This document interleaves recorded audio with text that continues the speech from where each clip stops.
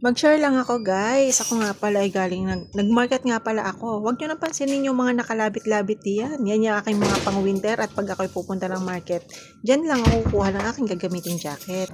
So yun nga pala, dumating na nga pala ako sa bahay galing market at ito nga pala ang aking mga napamili. Ipakikita ko sa inyo guys kung ano yung aking mga napamili. Napunta ako sa market ay mga alas 2:30 at saka nga pala ito na ang aking mga napamili. Bumili tayo ng tinapay, may prutas, asin at ako'y maglilinis ng palaisdaan kaya bumili na ako ng asin. At meron syempre tayong paa ng manok.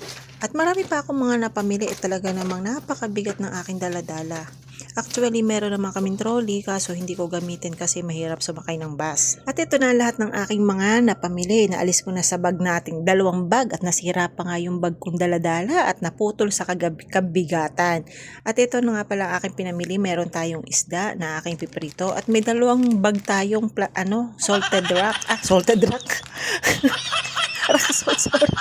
At meron tayong tinapay, brown sugar at 2 paa ng manok dahil ako ay magsosopas at may 2 tayong prutas na yan ay tinatawag na pear. Ano ba yan? Ang ingay ng aking CR.